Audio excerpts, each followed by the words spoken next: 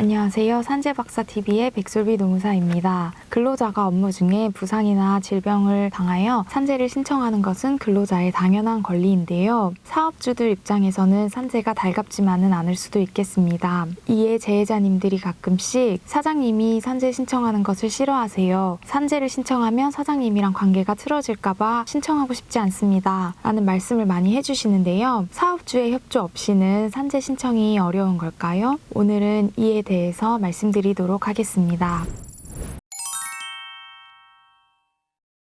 산재 신청은 근로자의 당연한 권리이기 때문에 사업주가 협조해주지 않는다고 해서 신청을 못하게 되는 것은 아닙니다. 과거에는 사업주의 동의를 받아야만 근로자가 산재 신청을 할 수 있었는데요. 2018년부터는 신청란에 사업주의 동의란이 사라지면서 사업주가 협조적이지 않더라도 근로자는 산재 신청을 할 수 있게 되었습니다.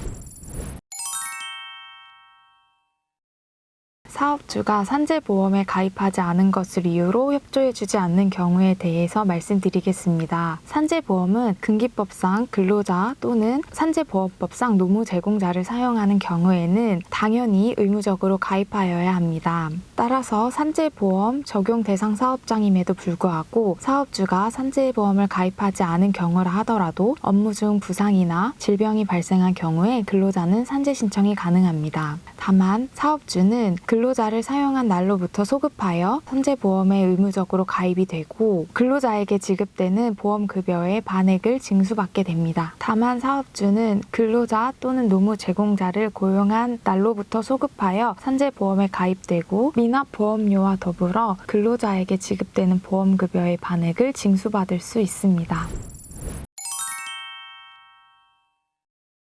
원청과 하청이 서로 산재 처리를 미루면서 산재 신청이 어려운 경우에 대해서 말씀드리겠습니다. 산재보험법에 따르면 원칙적으로 건설업이나 도급을 여러 차례 하는 사업의 경우에는 원청이 산재보험의 의무를 지게 됩니다. 다만 하청이 공단의 승인을 받는 경우에 한하여 산재보험의 책임을 지게 됩니다. 따라서 산재보험 처리는 원칙적으로 원청이 책임을 지게 됩니다. 그러나 원청과 하청이 서로 책임을 미루고 있다 하더라도 근로자는 이와 무관하게 산재 신청이 가능합니다.